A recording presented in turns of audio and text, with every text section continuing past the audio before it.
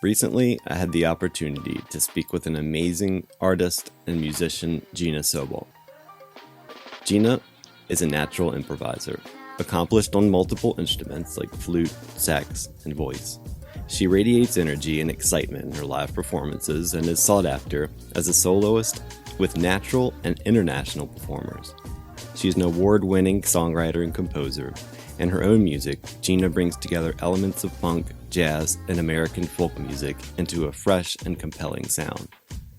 Gina's improvisation and style are in high demand across a massive range of genres. Over the last couple years, Gina has recorded, collaborated, and performed with a ton of amazing artists, including Emancipator, Jeff Coffin, Parachute, Corey Wong of Wolfpack, and Dopapod, just to name a few. Gina has played Red Rocks Amphitheater, New Orleans Jazz Fest, the Kennedy Center, 930 Club, Richmond Folk Festival. In 2018, she completed both the Strathmore Artist in Residence program and the Virginia Folklife Apprenticeship. In 2021, she was a songwriting winner of the Emergent Seed Grant. Gina is also the artist behind Island of Small Things, and she's consistently inspired by the world and the people around her. In addition to being a jeweler, like we said, Gina is a touring musician. A lot of the cool, one-of-a-kind materials she uses are found in little vintage stores, rock shops, and mountain trails when she's on the road. She likes to create jewelry that's fun, lighthearted, full of bold shapes, clean designs, and bright colors. And that's what I wanted to talk with her about. And honestly, I consider myself so lucky to have had this opportunity. Here is my talk with Gina. Right, so welcome, Gina. Thanks so much for joining us. Yeah, thanks for having me. Yeah. So can you tell us a little bit about like your artistic background growing up before we get to some of the arts and crafts you do right now with like the jewelry making and stuff? Sure. Tell us a little bit about your creative background. Yeah, totally. So I've always loved arts and crafts and music and art of all kinds, really. I grew up doing a bunch of different things. I remember, I think it must have been my 10th birthday, I really wanted a sewing machine. And my parents didn't really sew or that wasn't something they had done much of and didn't know a lot about. So we went to this used sewing machine store in the town I grew up in, and there was an old singer from the 60s. And my mom was like, okay, you can have that one. I'll spend that much basically. Mm-hmm. And it was a little bit too hard, I think, for me to really learn on my own, but I did use it for a while, and I made some, doll clothes and things like that, and played around with that. But I think I really found I like to draw and paint too, and I still do. I still like doing that. But I think I really found my artistic footing as far as visual art goes when I started making jewelry, which was also, and it was actually inspired by my mom, who loves big earrings and really cool statement pieces that you can wear. And so I wanted to start making some for her. And so I did. And she wore them to some work meetings and said, oh, where did you get those earrings? I want to buy some. And so I started making them. And as I got a little older, jewelry kind of fell by the wayside. I majored in music and really focused on building my career as a professional musician, which I like to joke is my day job. I guess maybe about 10 or 12 years ago, I really started getting into jewelry making again. I found a bunch of my old supplies and started creating some new things. And then I started selling pieces at the merch table. People didn't really have CD players as much anymore. There was less of a drive to buy recorded music. Streaming services were coming out and things. So, but people still wanted to buy something. The artists and support the artists. So I would sell jewelry at the merch table alongside my CDs and T-shirts and stuff. And then that kind of took off, and I started supplying local boutiques. And then during COVID, where there was no performance really except online, I really dug in with the jewelry and got super creative and learned a bunch of new techniques and had a lot of fun experimenting. And and sourcing materials and things, which I actually do a lot when I'm touring for music. I have all these rock shops and vintage shops I like to visit in different places around the country. Hmm. But yeah, I really got to expand my the amount of time I spent making jewelry during COVID and coming out the other side. Oh, and also it was like a mental health thing for me. It was a way to do something physical in the world that, was possible in that moment. And it was a way to connect with people also by sharing this small little bit of art that could easily be stuck in an envelope and shipped to someone. Hmm. And so after that, I had just established a bunch of relationships with shops and art shows and things like that, and have kept moving from there. Awesome. What was the first like type of jewelry that you started making? Because I know some people start with braiding or Yeah. friendship bracelets or stuff like that. What was your first piece of Well, I jewelry? had so we had these neighbors growing up who were super artsy.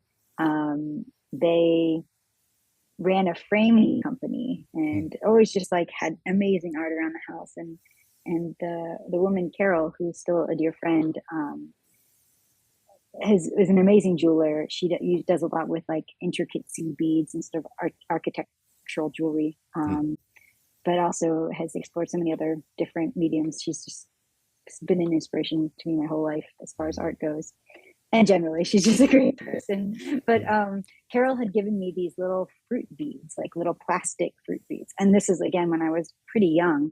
Um, and and I decided to string them onto these big pearl safety pins I found. Hmm. And then I just put a little hook on them. And those were the earrings. That was my first design. Awesome. Really simple, easy to do for a kid, but like fun and bright and Hmm. interesting. And so, yeah, that was the Hmm. start.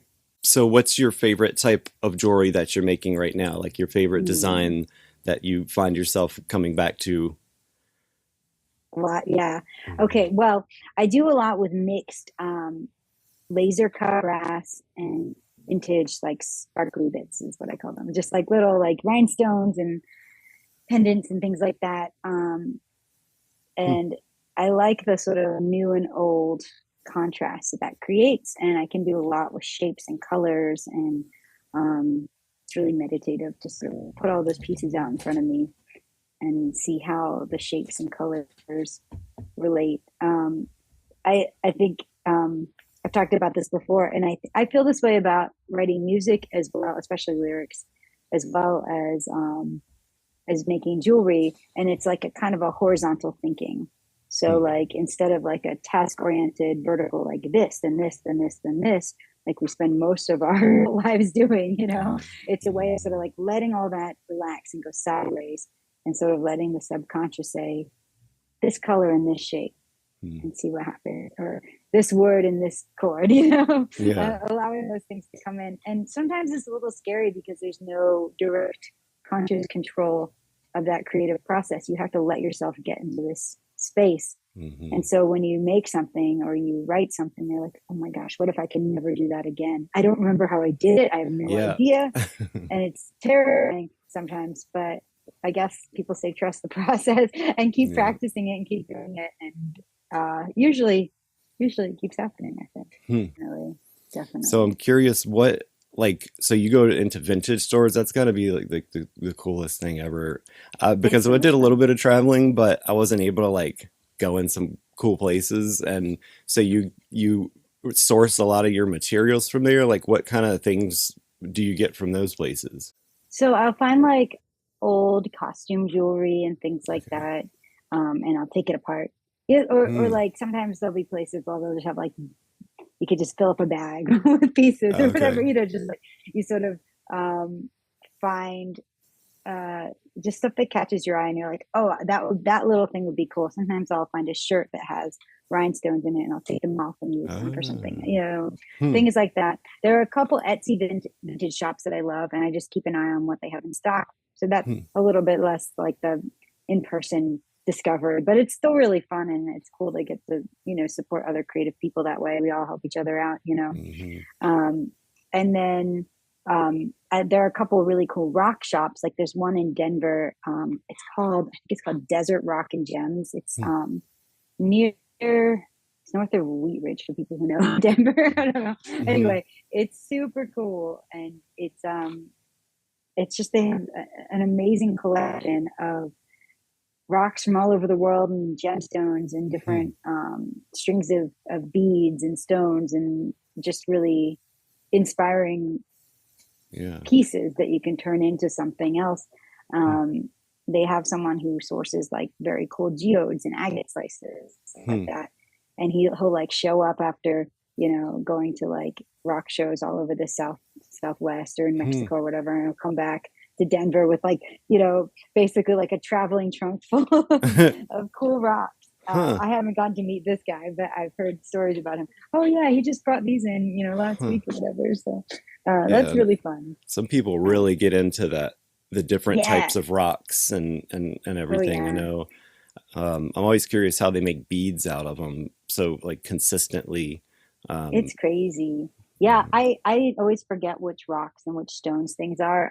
Me I too. pick them based on like the color and the sort of how it shines, or like the cut Mm. of the facing of the bead or the stone or whatever. Like Hmm. I'm totally thinking about it from like a material perspective and rather than like what it is. And people will ask me and I'll be like, "Oh, I don't remember."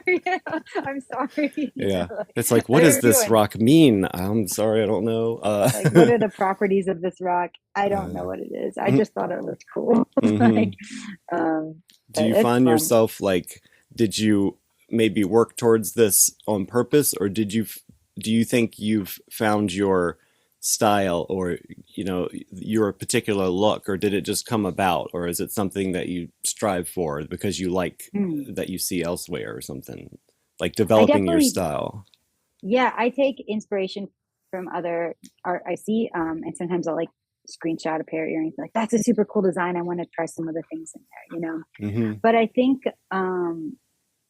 it is definitely just sort of an outgrowth of my personal taste in like Nice. how I like shapes and colors to go together and things like that. It hasn't been like, oh, I want it to look like this. It's just sort of like, like, Hmm. it's definitely a natural sort of direction. Hmm. So, Do you find going out in nature, like, because I noticed some of your stuff has, some of those tones and stuff to it. yeah, Do you ever get inspiration just from taking a walk or totally. something? Always. Yeah, yeah, yeah, absolutely. Whether like we're doing like a hike in the desert and like my entire camera will be like tiny cacti that I'm like, that's such a cool shape. I want to use that shape. Hmm. Or just, home in Virginia, just, being in the woods. It's such an inspiration. And I actually like use a lot of natural materials. I've been playing with preserving leaves um, Awesome. and glycerin, just like simple Hmm. preservation. Um, and then using them as backings or like as like featured parts within the jewelry. It takes a lot of time, and it's I haven't quite worked out how to make them as sturdy as I want to Hmm. yet. Hmm. Like I could set it in resin, but that changes like the natural quality of the leaf, and I want it to have that sort of uh, natural look to it still. I don't want it to be shiny. Yeah. So I'm playing around with that and different kinds of backings, mounting them on brass or whatever Hmm. to really get them um, to stick around. Yeah. What um, are you if you working on right now? so we just had Crazy Arts and Crafts about a month ago, which is a Okay. really big art show. So Hmm. all of my energy was towards having stock for that. So Hmm. now I'm kind of catching up on inventory and really on like the promise people. Hmm. So I have a bunch of shops that need more, and everyone's getting ready for holiday stuff. I've got a couple holiday shows, so Hmm. just trying to make enough. A lot of like my I'm doing. I haven't been experimenting as much for this stuff because I just haven't had the time. Hmm. And so now that I am in these sort of financial agreements with a bunch of different organizations, different shops and stuff, Hmm. um, it does take a little bit away from the free form creative process because I have to make specific styles and That's, designs. I was gonna ask about that. Like, do you find Yeah. that to take away from that, or like, for me, I used to compose music for documentaries, and Oh, there cool. was a point where I had to go in the studio and I had to create. And sometimes that ended up getting old, and I was wondering, as you said, getting more and more orders. Do you find yourself struggling occasionally with cranking out, a lot of stuff? Yeah, I mean, I have to make the space and time for it for sure. Mhm. I still really like it, and it's a way like it's a little bit of like I don't have a lot of alone time in my life, and it's a chance to like listen to some podcasts or a book or whatever, and just sort of like hunker down. And the fact that Mhm. it's for like you know like a job essentially, like that's kind of nice because I don't feel guilty about doing it. Do you know what I mean? Like Mm, when mhm. there's so many responsibilities, it's a way. It is kind of nice to be like, no, I have to do this now. This is my job. This Yeah. isn't just like for me, which I know is not the best like mindset to be in because we ourselves and we have to take time, but sometimes it's hard to cut that out. So it's sort of like a way of sneaking it in, Hmm. for Yeah. my own brain, Hmm. to be like, but yeah, sometimes it does mean that I end up making um, designs and styles that I know are successful Uh, and will do well for these particular shops or people. hmm. Um, and I don't do as much. Like I kind of have put that leaf project on hold. I just haven't had the time to spend on it Hmm. um, lately, which is a little sad. I miss doing that, but I know that that'll come again when I'll have time for that again. It's just not in this very moment of time. I don't, Yeah. and that's okay. Hmm. Um, and it's exciting to have people who want to wear my jewelry and to Yeah. have shops that want restocks, and it feels really good to do that. It's a way of um, you know perform as like performing, playing music for people is a very direct connecting Hmm. through art. It's an immediate, in the moment, sort of ephemeral thing. Yeah. um, and this is a little bit different because a lot of times I don't know who buys these things, Hmm. and then I'll be in downtown Charlottesville and I'll see someone wearing my earrings and it's Hmm. so cool because I'll be like, hey, I made those. Or Yeah. people will come by my booth and be like, oh my gosh, I bought, at an art show, I bought your things at the Batesville Market. I loved it. I have 3 pairs of Huh. your earrings, And that feels really cool because it's a neat way of connecting to other people through art and Yeah. having these things be out in the world, making people feel happy, Yeah. hopefully, and more themselves. And I think that it's a more literal way Hmm.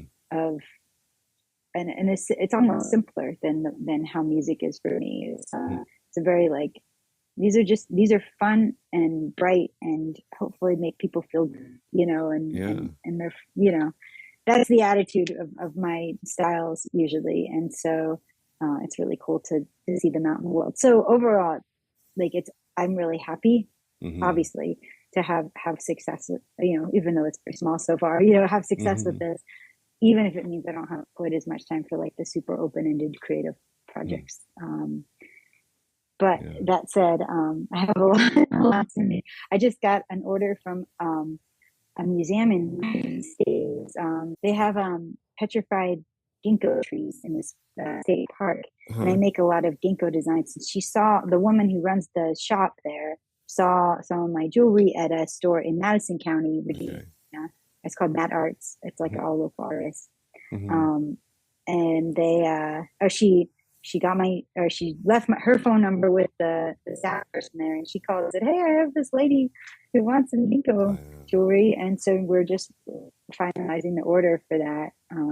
So it's cool to see them like fly Yeah. off. Now it does mean I'm going to make like 40 pairs of ginkgo earrings, which is like maybe a little bit, it gets a little repetitive, but it also can be meditative, I think. Yeah.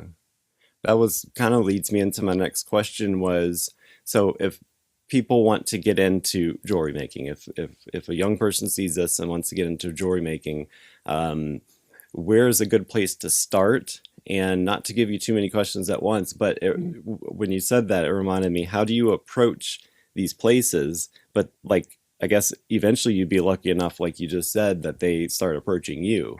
But Yeah.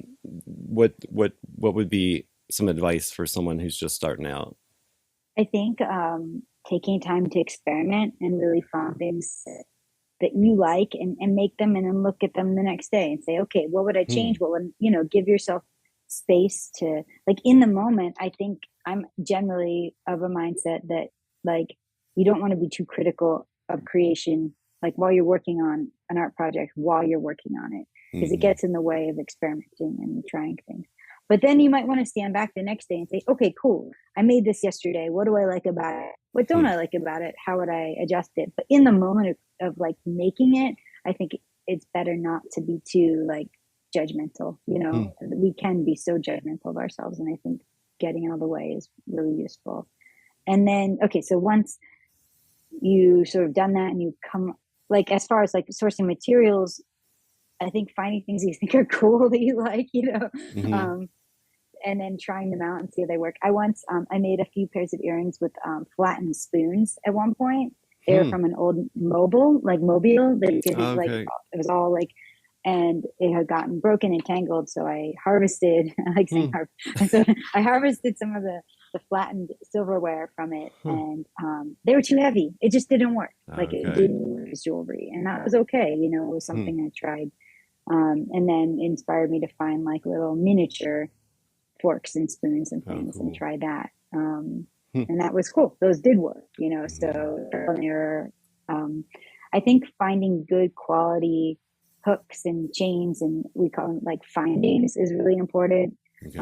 One, it like makes your overall piece look and feel like just better.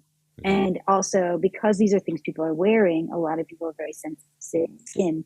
So you want to make Hmm. sure that whatever, is going to be touching their skin won't react in any way. I mean, some people have like, can only have like gold filled or like surgical skin or whatever. Hmm. And those materials get very expensive. But I use nickel free, gold plated, hypoallergenic materials that for 95% of the people buying jewelry will work. Okay. And Hmm. so I think that's something just also to be aware of. Eventually, if you're making jewelry for other people, that's a nice thing to sort of try. And you can do that for not too expensive. That's a It's not great bad. point because Yeah. I recently was trying out chainmail, Hmm. and we ordered a bunch of the open-ended um, pieces, the little hooks or whatever. What do you call them? Yeah. Like the jump rings. Jump rings, and we ordered a ton from Amazon or whatever, and they came back and they were just so soft and you could barely work with them. And so we took some time to read reviews, and I think that was important. That's something I didn't Yeah. do when I just had the compulsiveness to just buy it. um, Yeah. I didn't look at any reviews, so that's a great point, is sourcing good materials that are quality, and like maybe reading reviews or Yeah. talking with other artists or something. That's a Yeah. good point. Everyone has different opinions, and it can be hard. Like, finding a good chain that is affordable is really hard. Like, Hmm. I had one source, and then they went out of business, and so now I haven't found someone else. I have a few other places I can buy it. It's just super pricey.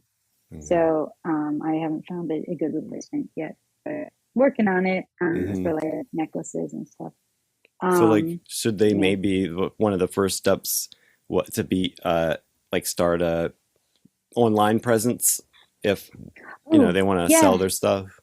I think that is definitely useful. I think also just being in your community, like, the first shop that carried my jewelry was a little gallery that doesn't exist anymore in Charlottesville called Firefish Gallery.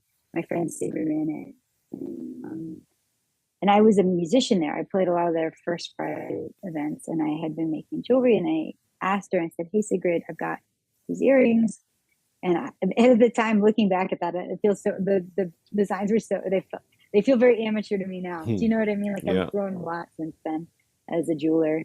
Hmm. But she was awesome. She said, "Yeah, I'd love to have your stuff. We'll have it on consignment," which is usually how it works. Okay. You don't get paid when you drop it off. You get paid when it sells, a percentage Okay. Hmm. of the earnings. So, like, an average consignment arrangement is like 60-40, 60 for the artist for the shop, or 65-35. There are a few like sort of higher end or like higher foot traffic shops that do 50-50, which, Hmm. it's a lot. They're taking a Yeah. big cut, but they're also, you have a lot more eyes on your work. Hmm. So it's worth it, I think. depending on the shop.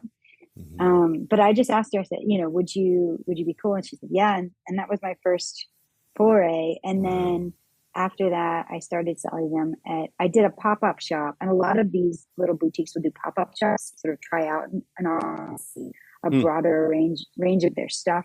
And then if it goes well, then they'll invite them to be a consigning artist. So Huh. I did that with Darling Boutique, and then they still carry my stuff, carry my earrings. Hmm. And it kind of expanded. Sometimes you'll see, on Facebook, there'll be like an art show looking for vendors. Go for it, Okay. try it out. Like Hmm. there's a lot of that kind of thing. Looking for vendors for this, open house at our new shop, or at our, Okay. farmers market. A local farmers market is a Hmm. great place to try out. You have to have a good amount of stock for those. But for shops, I think it's just like finding a cool little boutique in your neighborhood and asking. That's Okay. kind of a big part of my personal mantra. You just have to ask. People will say no, but that's okay. They'll Yeah. definitely won't say yes if you don't ask. So Yep. um, And I think it's that's something to say about the finding the confidence to, yeah, approach these places totally. So and if it's someone that definitely helps. Like a church yard sale, maybe having a table there, hmm. or like something that feels really comfortable. That like the community and they're excited to support you. That's a great way to ease into it. Hmm.